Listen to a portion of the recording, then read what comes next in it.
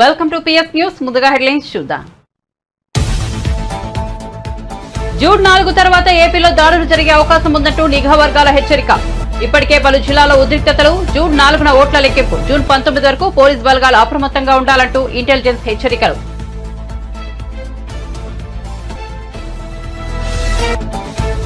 ఉత్తమ్ కుమార్ రెడ్డికి 1 గంట కూడా మంత్రిగా ఉండే అర్హత లేదు. రాజీనామా చేయాలన్న బీజేపీ శాసనసభాపక్ష నేత మహేశ్వర్ రెడ్డి. ధాన్యం కొనుగోలు కేంద్రాల్లో కోట్లాది రూపాయల చేతులు మారుతున్నాయని ఆరోపణ.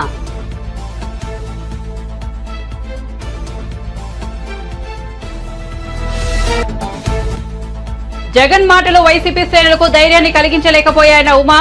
సజ్జల ఈ ఉదయం మళ్లీ గ్లోబల్స్ ప్రచారానికి వెళ్లాడు. విమర్శలు. 40 మంది మంత్రుల్లో ఒక్కరు తాము గెలుస్తామని ధైర్యంగా చెప్పడం లేదని ఎద్దేవా.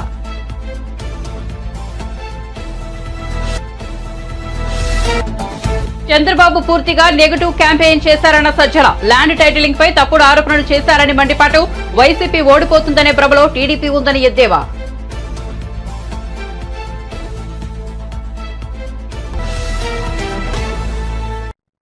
ఇక వార్త వివరాల్లోకి వెళ్తే ఏపీలో ఈసారి ప్రత్యేక పరిస్థితులు నెలకొన్నాయి. పోలింగ్ ముగిసిన తర్వాత కూడా హింసాత్మక ఘటనలు కొనసాగాయి.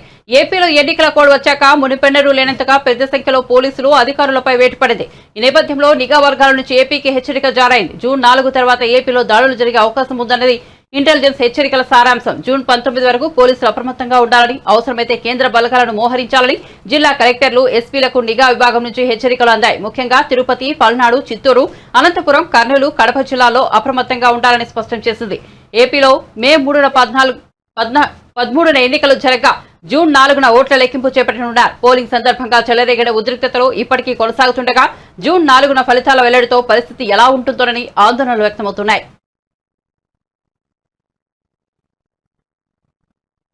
ఓటమి సరళిని చూసి దాన్ని ప్రజా వ్యతిరేక ఓటు అనుకోవద్దని వైసీపీ ప్రధాన కార్యదర్శి సజ్జల రామకృష్ణారెడ్డి అన్నారు. ఈ ఎన్నికల్లో వైసీపీ విజయంపై పూర్తి విశ్వాసంతో ఉన్నామని, గతంలో కంటే ఈసారి ఎక్కువ సీట్లు వస్తాయని ఆయన ధీమా వ్యక్తం చేశారు. చంద్రబాబు పూర్తిగా నెగిటివ్ క్యాంపెయిన్ చేశారని, ఆయనకే నమ్మకం లేదని అన్నారు. కుప్పంలో కూడా వైసీపీ గెలవబోతోందని చెప్పారు. కుట్రపూరితంగానే కొందరు అధికారులను ఎన్నికల నుంచి తప్పించారని విమర్శించారు. జగన్ చేసిన ప్రచారం ప్రజల్లోకి బలంగా వెళ్లిందని చెప్పారు. ల్యాండ్ టైటిలింగ్ యాక్ట్ పై చంద్రబాబు తప్పుడు ఆరోపణలు చేశారని సజ్జల విమర్శించారు. తాడిపత్రి ఎమ్మెల్యే పెద్దారెడ్డి ఇంట్లో సీసీటీవీలను పోలీసులు ధ్వంసం చేయడమేంటని ప్రశ్నించారు. పోలీసులు చేసిన దాడిపై ఈసీకి ఫిర్యాదు చేయబోతున్నామని చెప్పారు. పోలింగ్ రోజున టీడీపీ అక్రమాలకు పాల్పడిందని, కౌంటింగ్ రోజున అక్రమాలు జరిగితే ఎదుర్కొంటామని అన్నారు. ఇప్పటికైనా ఈసీ తన తప్పును సరిదిద్దుకుంటే మంచిదని చెప్పారు. ఈసీ నిక్షేపపాతంగా వ్యవహరించాల్సిన అవసరం ఉందని తెలిపారు. మాకైతే ఖాయంగా కనపడుతోంది. గవర్నమెంట్ వస్తుంది, చాలా బాగా వస్తుంది. మొన్నటికి అంత కూడా జరిగింది. మిగిలిన చోట్ల కూడా పోలింగ్ పర్సెంటేజ్ పెరిగాయి. ఓటింగ్ జరిగే శాతాన్ని బట్టి చూసి యాంటీ ఇన్కంబెన్సీ అనుకుందామంటే మీరు గమనించిన జగన్మోహన్ రెడ్డి గారి మీద అంత వ్యతిరేకత పెంచుకుని ఈ వర్గాలు ఏ వర్గాల కోసం అయితే నిలబడినాడు వాళ్ళు రావడానికి అంత ఇది రీజన్ కనపడతా లేదు. వీళ్ళందరూ చంద్రబాబు నాయుడు గాని ఆయన పార్టీ గాని పెట్టిన సూపర్ 6 అనే ఇది గాని, లేదా ఆయన అర్జెంటుగా తెచ్చుకోవాలి వాళ్ళ కోరుకుందా అని చూద్దామంటే అంతా అటువైపు కనపడలేదు. ఎందుకంటే చంద్రబాబు నాయుడికే తన అజెండా మీద నమ్మకం లేదు. ఆయన సూపర్ 6 గురించి కూడా ప్రచారం చేసుకోవాలి. ఆయన ఎంతసేపు ఉన్నా జగన్మోహన్ రెడ్డి గారి మీద వ్యక్తిగతంగా దాడులు, లేదా వివేకానంద రెడ్డి హత్యను, ఇంకా గొడ్డలు ఎనడము, ఇంకోటి కుటుంబం దీన్ని వాళ్ళకి సంబంధించిన కుటుంబ సమస్యలను తీసుకొచ్చి పెట్టడము, లేదు లాస్ట్లో ల్యాండ్ టైటిలింగ్ యాక్ట్ అని ఇంకోటి తీసుకొచ్చి ఒక అర్థం లేని ఇది దేన్నైతే వాళ్ళు ఆ రోజు సపోర్ట్ చేశారు, దేన్నైతే ఈ రోజు ఐ థింక్ నీతి వాళ్ళ దాంట్లో కూడా ఉంది, దాన్ని ఒక ఇష్యూ కింద చేసి ఆయన ఇచ్చిన హామీలే గట్టిగా చెప్పుకోలేని వచ్చాడు. ఎందుకంటే ఆయనకే నమ్మకం లేదు. ఇంతకుముందు కూడా చెప్పాం, అది హామీలను అమలు చేస్తాడే నమ్మకం జనానికి లేదని, ప్రజలకు లేదని. అది ఆయనకు అవగాహన ఉంది కాబట్టి అది వదిలేసి కేవలం వైఎస్ఆర్ కాంగ్రెస్ పార్టీని లేదా వైఎస్ఆర్ కాంగ్రెస్ పార్టీ నాయకులను, అందరికంటే ముఖ్యంగా జగన్మోహన్ రెడ్డి గారిని వ్యక్తిగతంగా దూషిస్తూ మొత్తం వాళ్ళ క్యాంపెయిన్ అంతా దాంట్లో నడిచింది. సో ఆ నేపథ్యంలో ప్రజలు ఆయన ఇచ్చిన హామీల మీద నమ్ముకొని వచ్చింటున్నారనడానికి అది కనపడట్లా. ఉంటే ఆయనే చెప్పేవాడు దాని గురించి, వాళ్ళు దాని గురించి మాట్లాడేవాడు.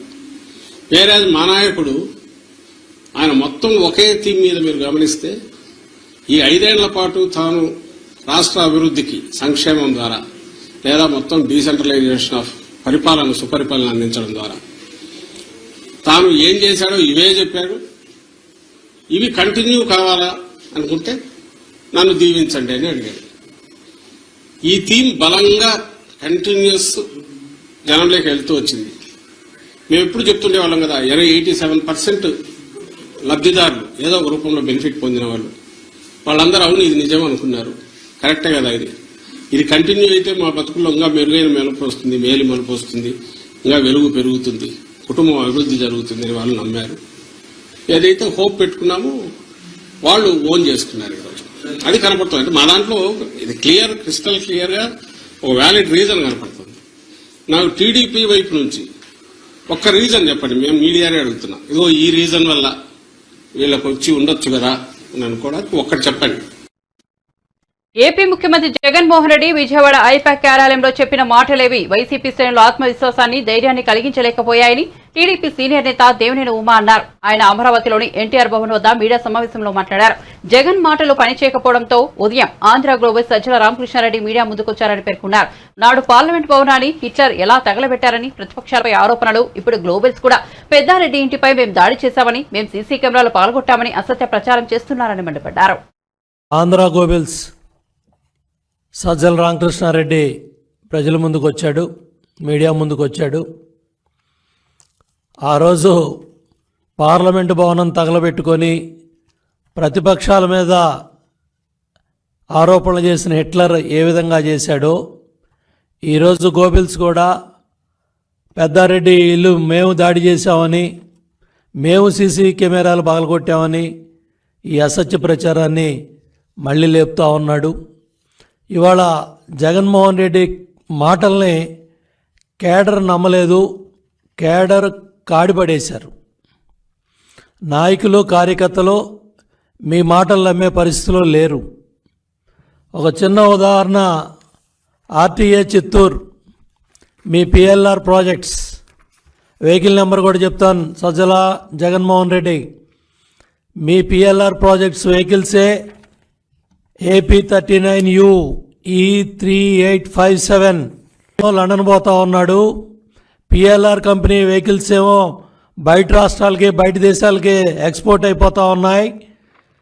రెండో పక్క ఎవరన్నా అమ్మించాలని సజ్జల ఇవాళ నువ్వు మళ్ళీ సొల్లు కబుర్లు మొదలుపెట్టావు.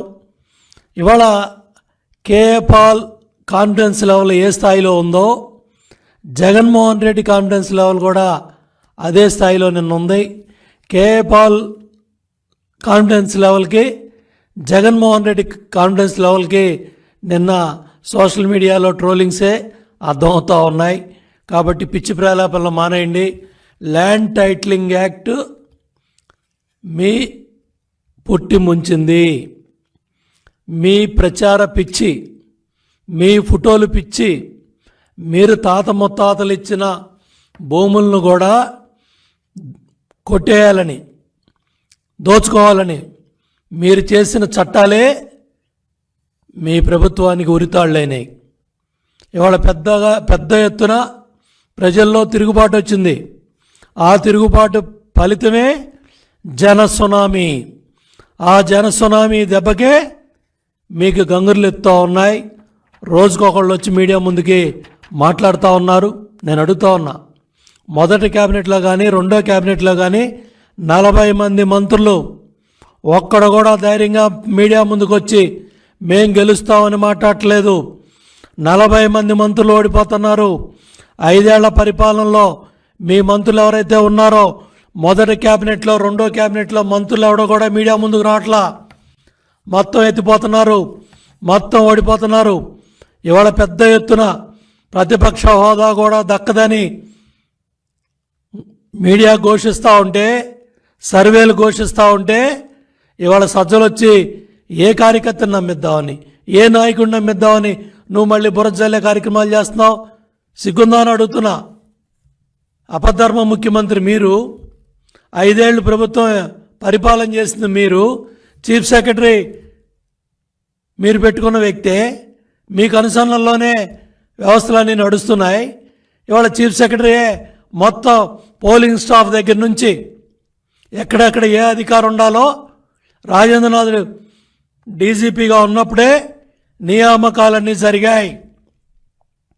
ఇవాళ ఈసీ మీద బురజల్లాలనో, తెలుగుదేశం పార్టీ మీద బురజల్లాలనో, ఎన్డీఏ కాటు మీద బురజల్లాలనో, కేంద్రం మీద బురజల్లాలనో ఇవాళ సజ్జల ఎత్తిపోయే మాటలు మాట్లాడుతూ ఉన్నాడు. భయం కళ్ళల్లో కనపడతా ఉంది, పిరిగితనం కళ్ళల్లో కనపడతా ఉంది.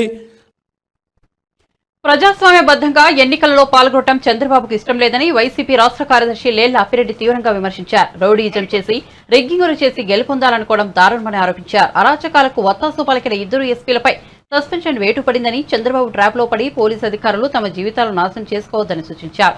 తాడిపత్రిలో పెద్దారెడ్డి ఇంట్లో సీసీ కెమెరాలను పోలీసులే పగలగొట్టడం దేనికి సంకేతం అంటూ ఆయన ప్రశ్నించారు. ఆధారాలు లేకుండా చేసే కుట్ర ఎవరు చేశారో తేలాలన్నారు. జరిగినటువంటి సంఘటన చూస్తే నిజంగా ఆశ్చర్యం కలుగుతా ఉంది. ఎవరైనా కూడా సీసీ కెమెరాలు ఎవరు ఎందుకు పెట్టుకుంటారు? ఏదైనా అనుకోని సంఘటనలు జరిగినప్పుడు ఆ సంఘటనలకు సంబంధించినటువంటి సాక్ష్యాధారాల కోసం ఇళ్లలో సీసీ కెమెరాలు, రోడ్లపైన సీసీ కెమెరాలు పెట్టుకుంటా ఉంటారు. అటువంటి సీసీ కెమెరాలు పెట్టుకున్నటువంటి ఎమ్మెల్యే పెద్దారెడ్డి గారి ఇంట్లో పోలీసులు ఏం చేశారో ఒక్కసారి ఈ వీడియో ద్వారా ప్రజానికానికి కూడా చూడమని కోరుతా ఉన్నా.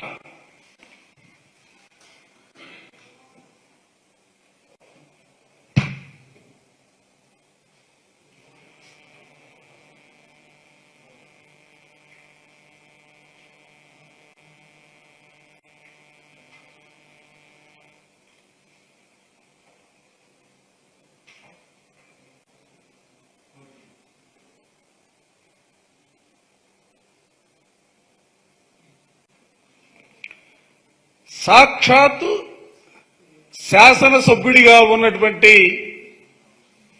పెద్దారెడ్డి గారి ఇంట్లో తీసుకెళ్తున్న దాడి చేసి శ్రీనివాసరెడ్డి గారి మామగారిని గాయపరిచి అక్కడ కూడా విధ్వంసం సృష్టించినటువంటి వైనం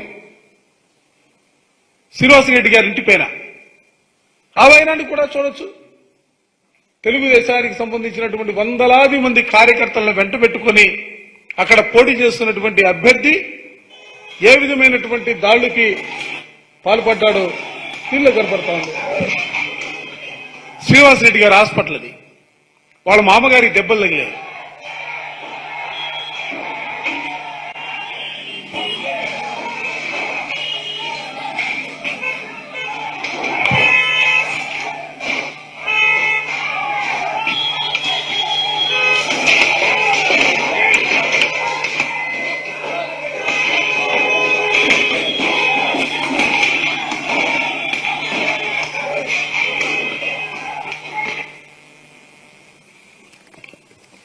కేతిరెడ్డి పెద్దారెడ్డి గారింట్లో వేకువజామున కార్యక్రమం జరిగితే నర్సరావుపేట ఎమ్మెల్యే శ్రీనివాసరెడ్డి గారి హాస్పిటల్ పైన, ఇంటిపైన పట్టపగలు జరిగినటువంటి దాడికి సంబంధించినటువంటి విజువల్స్ మీరు చూశారు.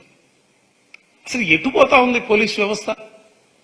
ఎవరి ప్రయోజనాల కోసం మీరు పనిచేస్తున్నారో మీరు చదివినటువంటి చదువుకు సంబంధించి గారు ఒక్కసారి ఆలోచించమని చెప్పిన ఈ సందర్భంగా కోరుతా ఉన్నాను. ఏ విధమైనటువంటి ఫలితాలు ఉంటాయో చూశారు. పల్నాడు ఎస్పీ సస్పెండ్ చేశారు, అనంతపురం ఎస్పీని సస్పెండ్ చేశారు, తిరుపతి ఎస్పీని ట్రాన్స్ఫర్ చేశారు. అసలు ఇది ఒక ఎన్నికల్లో జరిగినటువంటి సంఘటనలకు సంబంధించి అధికారులు సస్పెండ్ చేయటం, ట్రాన్స్ఫర్ చేయటం అనేది సిగ్గుగా అనిపించట్లేదా? కేంద్రం నుంచి వచ్చాడు Deepak Mishra, police observer, retired IPS officer. ఆయన కనుసన్నల్లో మొత్తం ఇదంతా కూడా ఆయన కనుసన్నల్లోనే మొత్తం జరిగినటువంటి పరిస్థితులు కూడా నిన్ననే ఎన్నికల కమిషన్ గారికి, గవర్నర్ గారికి అందరికీ కూడా మేము మెమోరియల్ కూడా ఇవ్వడం జరిగింది. ఇవాళ వైఎస్ఆర్ కాంగ్రెస్ పార్టీ కోరుకుంటుంది కానీ ఈ రాష్ట్రంలో ఒక ప్రశాంతమైనటువంటి వాతావరణం ఉండాలని మా ముఖ్యమంత్రి జగన్మోహన్ రెడ్డి గారు ఆశపడతా ఉన్నాడు. ఆ రీతిగానే ఇవాళ రాష్ట్రంలో ఉన్నటువంటి వైఎస్ఆర్ కాంగ్రెస్ పార్టీ శ్రేణులన్నీ కూడా తెలుగుదేశం వారు ఎంత కవ్వించినా, ఎంత దాడులకు పాల్పడినా కూడా మేమందరం కూడా సమన్వయం పాటిస్తా ఉన్నాం. వైసీపీకి ఓటమి భయం పట్టుకుందని టీడీపీ ఉండి అభ్యర్థి ఎంపీ రఘురామకృష్ణరాజు అన్నారు. ఓటమి భయంతోనే పల్నాడు, తాడిపత్రి, తిరుపతి తదితర ప్రాంతాల్లో హింసాత్మక ఘటనలకు పాల్పడుతున్నారని చెప్పారు. సజ్జలతో పాటు వైసీపీ నేతల కళ్లలో భయం కనపడుతోందని వ్యాఖ్యానించారు. నోరు అబద్దం చెప్పినా కళ్ళు అబద్దం చెప్పవని అన్నారు. కూటమికి 130కి పైగా సీట్లు వస్తాయని తాను ఇంతకు ముందే చెప్పానని, ఆ సంఖ్య 150 సీట్లు దాటినా తాను ఆశ్చర్యపోనని చెప్పారు. గతంలో జగన్ కు 110 వస్తాయని అనుకుంటే 151 వచ్చాయని, దీన్ని ఎవరూ ఎక్స్పెక్ట్ చేయలేదని అన్నారు. ఈ మెజార్టీని జగన్ కూడా ఊహించలేకపోయారని చెప్పారు.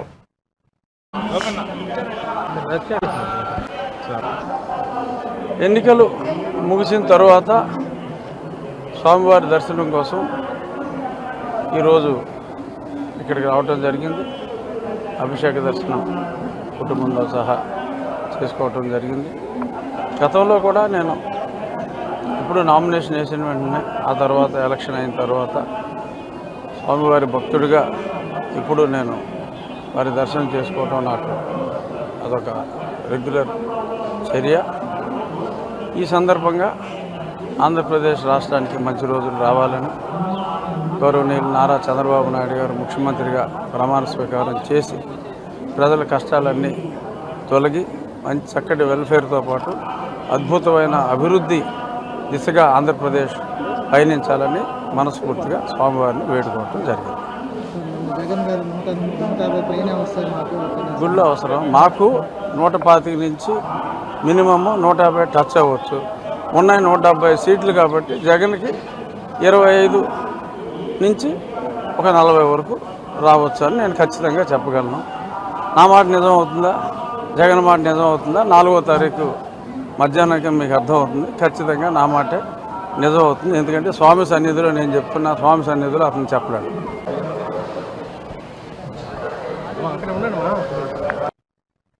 వైఎస్ఆర్సీపీ నాయకులు ఆంధ్రప్రదేశ్ ను అరాచక ప్రదేశ్ గా మార్చారని బీజేపీ అధికార ప్రతినిధి భానుప్రకాష్ రెడ్డి మండిపడ్డారు. ఎన్నికల రోజు ఆ తర్వాత కూడా విచ్చలవిడిగా దాడులకు తెగబడ్డారని దుయ్యబట్టారు. తిరుపతిలో నిర్వహించిన మీడియా సమావేశంలో ఆయన మాట్లాడారు. వైఎస్ఆర్సీపీకి ఓటేయకపోతే ప్రజల్ని చంపేస్తారా అని ప్రశ్నించారు. ఈ ఎన్నికల్లో ప్రజలు కసితో ఓటేశారని, రాష్ట్రంలో జగన్ అరాచక పాలన అంతం కావడం ఖాయమని భానుప్రకాష్ ధీమా వ్యక్తం చేశారు.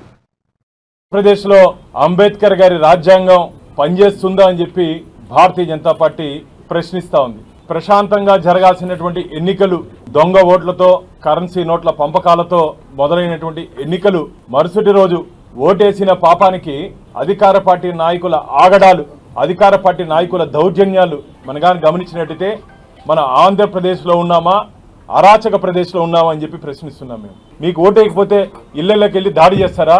మీకు ఓటేయకపోతే పెట్రోల్ బాంబులతో దాడి చేస్తారా? మీకు ఓటేయకపోతే వాహనాలు తగలబెడతారా? మీకు ఓటేయకపోతే ఇళ్లలకు దూరి మహిళలను కూడా చూడకుండా నిన్న విశాఖపట్నంలో గర్భవతి వారిని తనడం జరిగింది. అయ్యా లైన్లో రాయ ఎమ్మెల్యే గారు అంటే తెనాలిలో ఓటర్ని పట్టుకొని కొట్టడం ఎంతవరకు సమంజసం చెప్పండి? అంటే ఏం చేయాలనుకుంటున్నారు మీరు ఆంధ్రప్రదేశ్ని? 5 సంవత్సరాలు మీరు చేసింది చాలదా? తృప్తి లేదా మీకు? ఎన్నికల రోజు దౌర్జన్యం, ఎన్నికలు అయినాక దౌర్జన్యం. 4వ తేదీ వరకే మీ కథంతా. జూన్ 4వ తేదీ ఆంధ్రప్రదేశ్ రాష్ట్ర ప్రజలు ఆంధ్రప్రదేశ్లో అధికార మార్పిడిని అనుగుణంగా తీర్పివ్వడం జరిగింది. ఇంత కసితో ప్రజలు ఒక ప్రభుత్వాన్ని దింపాలి అని చెప్పి ఓటేసినటువంటి సందర్భం నేను మొన్ననే చూడడం జరిగింది. ప్రజలకు రక్షణ కల్పించాల్సినటువంటి పోలీసుల మీద అధికార పార్టీ నాయకులు దౌర్జన్యం. తిరుపతిలో ఆ గన్మెన్ మీద ఈ సమిటితో దాడి చేయడం జరిగింది. రక్తగాయాలైన రావడం జరిగింది. పొరబాటున అది తలకు తగిలింటే ఈరోజు పరిస్థితి ఏం చెప్పండి? అంటే మీరు ఉద్దేశపూర్వకంగా ప్రీ ప్లాన్డ్గా వచ్చారని చెప్పి అర్థమైపోతా ఉంది. ఎస్పీని సస్పెండ్ చేశారు, నిన్న కొందరు పోలీస్ అధికారులను సస్పెండ్ చేశారు. అధికారుల మీద చర్యలు తీసుకున్నారే, రాష్ట్రం మొత్తం మీద అధికార పార్టీ నాయకుల మీద ఎందుకు మీరు ఇంకా చర్యలు తీసుకోలేదు? చెంప చెల్లుమనిపించినటువంటి ఆ ఎమ్మెల్యేని అరెస్ట్ చేయండి. దీని వెనకాల కుట్రదారులు, సూత్రధారులు వెనకాలుండి ముందుకు పంపించినటువంటి రాజకీయ నాయకులు వాళ్ళని అరెస్ట్ చేయండి. వరుస సంఘటనలు జరుగుతున్నాయంటే ఇది పూర్తిగా పోలీస్ అధికారుల వైఫల్యంగా మేము భావిస్తున్నాం. ఇదే అధికార పార్టీ నాయకులు నిన్న ఆయన అంబటి రాంబాబు గారు అబద్ధాలకి కేర్ ఆఫ్ అడ్రస్. ఆయన నోరు తెరిస్తే అబద్ధాలు. ఆయన అంటాడు ఇంకో కూటమి గెలిచింది అని. ఏంది అంబటి గారు మీరు మాట్లాడేది? మీ భుజాన్ని మోసినందుకు, మీ పార్టీని మోసినందుకు ఈరోజు అధికారులు బలైపోయారు. ఈరోజు మళ్ళా దాన్ని మాకు ప్రతిపక్షాలకు మసిపూస్తారు. మిమ్మల్ని తార డబ్బాలు ముంచేశారు ఆంధ్రప్రదేశ్ ప్రజలు. ప్రశాంతంగా ఉండాల్సినటువంటి ఆంధ్రప్రదేశ్ని అగ్నిగుండంగా చేసేశారు అధికార పార్టీ వాళ్ళు. ఎవరిని స్పేర్ చేసే ప్రసక్తే లేదు. ఐపాక్ మాటలు సీఎం నమ్మారు. వాళ్ళు చెప్పింది ఏమంటే వైసీపీ ప్యాక్ అయిపోయింది, ఆంధ్రప్రదేశ్లో ఎన్డీఏ అధికారంలోకి రాబోతా ఉంది, ఎన్డీఏ మిత్రపక్షాలు అధికారంలోకి రాబోతున్నాము, ఇది ప్రజా తీర్పు. ఐప్యాక్ ఏందండి, దాని మాటలు ఎవరు నమ్మరు. అంటే ఇటీవల ముగిసిన సార్వత్రిక ఎన్నికలపై టీడీపీ సీనియర్ నేత మాజీ మంత్రి ఆనం రామనారాయణ రెడ్డి సంచలన వ్యాఖ్యలు చేశారు. నెల్లూరు జిల్లా అధికారుల్లో చాలా మంది తమకు సహకరించలేదని ఆరోపించారు. జిల్లా యంత్రాంగం మొత్తం అధికార పార్టీకే కొమ్ము కాసిందని పేర్కొన్నారు. జిల్లాలోని మర్రిపాడు మండలం సమస్యాత్మకమైనదని, అక్కడ నాటు బాంబులు విసురుతున్నారని పేర్కొన్నారు. ఇక్కడ సమస్యాత్మకమైన 10 బూతుల వివరాలను ఎన్నికల కమిషన్ కు, ఆర్ఓకు, కలెక్టర్, ఎస్పీకి అందించినా ఆయా బూతుల వద్ద ఆర్మూడ పోలీసులను పెట్టలేదని ఓ మహిళా కానిస్టేబుల్ ఎన్సీసీ క్యాడెట్ పెట్టి ఊరుకున్నారని తెలిపారు. దీన్ని బట్టి అధికార యంత్రాంగం ఎవరికి సహకరించిందో తెలుసుకోవచ్చని తెలిపారు. నెల్లూరు పార్లమెంట్ ఇన్ఛార్జ్ అయినటువంటి మాజీ మేయర్ శ్రీ అబ్దుల్ అజీజ్ గారికి, అలాగే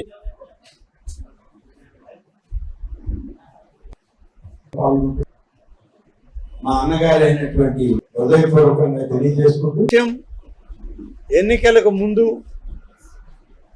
అసలు ఈ ఎన్నికల్లో సజావుగా నిర్వహించడానికి మాకు చాలామంది అధికారులు సహకరించలేదు, కొద్దిమంది మాత్రమే సహకరించారు. అధికారులుగా ఎన్నికల నిర్వహణలో పెద్ద ఎత్తున సహకారం అందించాల్సిన, అన్ని పార్టీలని సమానంగా చూడాల్సినటువంటి జిల్లా అధికార యంత్రాంగం అధికార పార్టీకి కొమ్ము కాసింది అని చెప్పడానికి మేమేమి వెనకడుగు వేయడం లేదు. ఉదాహరణకి చెప్పాలి అంటే, ఆత్మకూరు నియోజకవర్గంలో నేను అన్ని బూతులు తిరిగాను. నాతో పాటి కొంబి లక్ష్మీనాయుడు గారు మాజీ శాసనసభ్యులు విజయరామరెడ్డి గారు, అలాగే పెద్దలు రవీంద్రారెడ్డి గారు, బ్రహ్మారెడ్డి గారు అందరం కలిసి తిరిగాం. ఎక్కడికి వెళ్ళినా ఎక్కడ కూడా ఆర్ముడ్ పోలీస్ కనిపించినటువంటి దాఖలాలు లేవు. మరీ ముఖ్యంగా మర్రిపాడు మండలం అంటేనే సార్వత్రిక ఎన్నికల్లో ఒక ప్రత్యేకత ఉంది. నెల్లూరు జిల్లాలో నాటు బాంబుల్ని విసురుకున్న,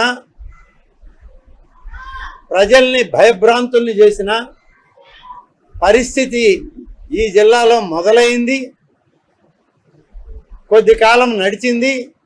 కేవలం గతంలో ఉదయగిరి నియోజకవర్గంలో ఉన్న మర్రిపాడు మండలం, ఉదయగిరి ప్రాంతాల్లోనే జరిగింది. దాదాపుగా బూత్ నెంబర్ 1 నుంచి 10 వరకు నాకు ఎన్నికల సరళిని గమనిస్తూ మేము పోయేటప్పుడు మర్రిపాడు మండలానికి సంబంధించినటువంటి మా నాయకుడు బ్రహ్మారెడ్డి గారు మాకు ఫోన్ చేసి చెప్పడం జరిగింది. 1 నుంచి 10 వరకు క్రిటికల్ బూత్స్ అని లిస్ట్ ఇచ్చాము. ఎన్నికల కమిషనర్కి ఇచ్చాం, మా ఆర్ఓకి ఇచ్చాం, జిల్లా కలెక్టర్కి, ఎస్పీకి, డిఐజీకి పంపడం జరిగింది. కానీ ఎక్కడ కూడా సాధారణ కానిస్టేబుల్ కూడా లేరు.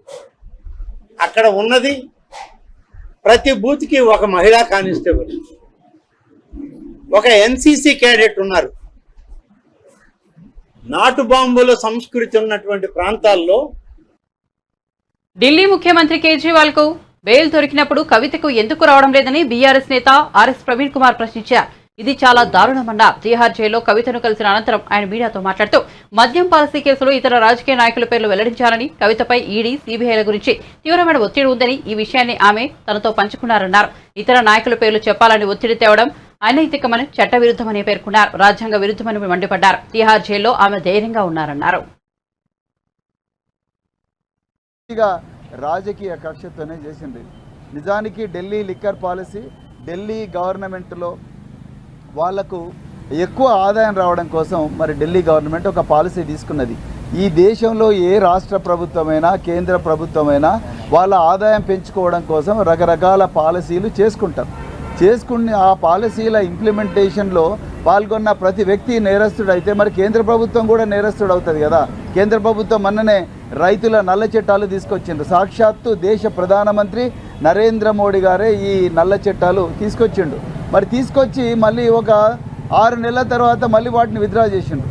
మరి ఇప్పుడు నరేంద్ర మోడీ గారు ఎవరి ప్రయోజనాల కోసం ఆ కేసు తీసుకొచ్చిండ్రు? మరి నరేంద్ర మోడీ గారిని కూడా అరెస్ట్ చేయాలి కదా. మరి దీని గురించి ఎప్పుడైనా ఆలోచించిండ్రా? ఆలోచించలేదు. అంటే ప్రధానంగా ఈ ఈడీలో సెక్షన్ 50 ఉందని చెప్పేసి ఈ సెక్షన్ 50లో మరి burden of proof lies on the accused. అంటే ఈ బర్డెన్ ఆఫ్ ప్రూఫ్ అంటే ఈ తన నిర్దోషిత్వాన్ని నిరూపించుకోవడం అనేది నిందితురాలి మీదనే ఉంటుంది. కాబట్టి అంతవరకు వాళ్ళని జైల్లో పెట్టొచ్చన్న ఒక చిన్న ప్రొవిజను ఒక హైకోర్టు జడ్జిమెంట్ని తీసుకొని దాన్ని అడ్డంగా పెట్టుకొని రాజకీయ ప్రత్యర్థులందరినీ కూడా మరి వాళ్ళ గొంతు నొక్కే ప్రయత్నం ఇవాళ బీజేపీ ప్రభుత్వం చేస్తున్నది. నిజానికి ఇది చాలా హాస్యాస్పదంగా ఉన్నది. కల్వకుంట్ల కవిత గారి మీద ఈ కేసు పెట్టడం, మిగతా వాళ్ళ మీద పెట్టడం. నిజానికి ఇందులో ఈ క్రైమ్లో ఎక్కడ డబ్బు దొరకలేదు. నిజానికి పిఎంఎల్ఏ వైఎస్ఆర్సీపీ నేతల నుంచి తన కుటుంబానికి ప్రాణహాని ఉందని భద్రత కల్పించాలని గొట్టిముక్కల సుధాకర్ హైకోర్టులో పిటిషన్ దాఖలు చేశారు. గుర్తు తెలియని వ్యక్తులు తెనాలిలో తమ ఇంటి వద్ద సంచరిస్తున్నారని తెలిపారు. ఈ విషయంపై సుధాకర్ శుక్రవారం గుంటూరు జిల్లా ఎస్పీని కలిశారు. కోర్టు ఆదేశాల మేరకు రక్షణ కల్పించాలని విజ్ఞప్తి చేశారు. గుంటూరు జిల్లా తెనాలిలోని ఐతానగర్ పోలింగ్ కేంద్రంలో ఈ నెల 13న క్యూ లైన్లో వచ్చి ఓటేయాలని చెప్పినందుకు సుధాకర్ అనే ఓటర్పై వైఎస్ఆర్సీపీ ఎమ్మెల్యే శివకుమార్ అతని అనుచరులు విచక్షణారహితంగా దాడి చేసిన విషయం తెలిసిందే. మా ఇంటి దగ్గర ఎవరో అనుమానాస్పదంగా తిరగటం అలా అనిపించి కొంచెం అంటే వాళ్ళందరికీ ప్రాణహాని ఉందనే అనుమానం నాకు వచ్చింది. అందుకని మేము హైకోర్టుని ఆశ్రయించడం జరిగింది. వారు ఏమన్నారంటే ఓకే మేము ప్రొటెక్షన్ గురించి అడిగితే సరే ఇక్కడ ఎస్పీ ఆఫీస్కి అట్లాగే తెనాలి ఏఎస్పీ స్టేట్ ఎస్హెచ్ఓకి అట్లాగే సిఎస్ గారికి ఎలక్షన్ కమిషన్ ఆఫ్ ఇండియాకి అట్లాగే ఎలక్షన్ కమిషన్ ఆఫ్ ఆంధ్రప్రదేశ్కి రిప్రజెంటేషన్లు ఇవ్వండి, మీకు తగిన ప్రొటెక్షన్ ఏర్పాటు చేస్తూ ఉన్నారు. ఆ ఆదేశాలను అనుసరించి ఇక్కడ మేము మన గుంటూరు ఎస్పీ ఆఫీస్లో రిప్రజెంటేషన్ ఇవ్వడం జరిగింది. అది సవినయంగా తీసుకున్నారు. వారు మాకు కావాల్సిన ప్రొటెక్షన్ ఏర్పాటు చేస్తూ ఉన్నారు. అనుమానాస్పదంగా ఇంటి దగ్గర జనాలు తిరుగుతూ ఉన్నట్టుగా అనిపించింది. సో ప్రాణహాని ఉందని నాకు వాళ్ళ అనుయాయుల వల్ల, ఎమ్మెల్యే గారి అనుచరుల వల్ల. ఎందుకంటే మొన్న మీరు చూసుంటారు ఆ వీడియోల్లో వాళ్ళు ఏ రేంజ్లో మమ్మల్ని అటాక్ చేశారో అట్లా కొంచెం అనుమానాస్పదంగా మూమెంట్స్ చూసి కొంచెం మన జాగ్రత్తలో మనం ఉండాలి అని చెప్పేసి రిప్రజెంటేషన్ ఇచ్చాము. మొన్న కంప్లైంట్ మీద అదే వాళ్ళు ఎంక్వైరీ చేస్తున్నారు. ఇక మేము త్వరగా ఏదో కంక్లూజన్కి వస్తుందని ఆశిస్తున్నాం. బులెటిన్ ముగించే ముందు హెడ్లైన్స్ మరోసారి చూద్దాం. జూన్ 4 తర్వాత ఏపీలో దాడులు జరిగే అవకాశం ఉందంటూ నిఘా వర్గాల హెచ్చరిక. ఇప్పటికే పలు జిల్లాలో ఉద్రిక్తతలు. జూన్ 4న ఓట్ల లెక్కింపు. జూన్ 19 వరకు పోలీస్ బలగాలు అప్రమత్తంగా ఉండాలంటూ ఇంటెలిజెన్స్ హెచ్చరికలు.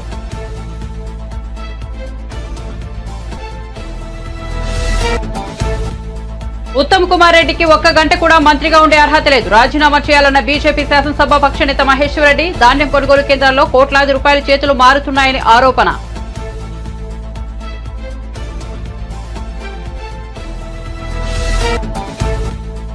జగన్ మాటలు వైసీపీ శ్రేణులకు ధైర్యాన్ని కలిగించలేకపోయాయన్న ఉమా. సజ్జల ఈ ఉదయం మళ్లీ గ్లోబల్ ప్రచారానికి చేయడానికి వచ్చారని విమర్శలు. 40 మంది మంత్రుల్లో ఒక్కరూ తాము గెలుస్తామని ధైర్యంగా చెప్పలేం లేదని ఎద్దేవా.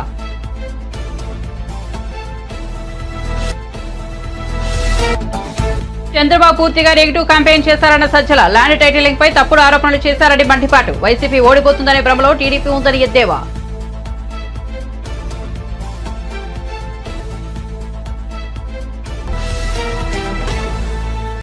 మరిన్ని అప్డేట్స్ కోసం చూస్తూనే ఉండండి PS న్యూస్.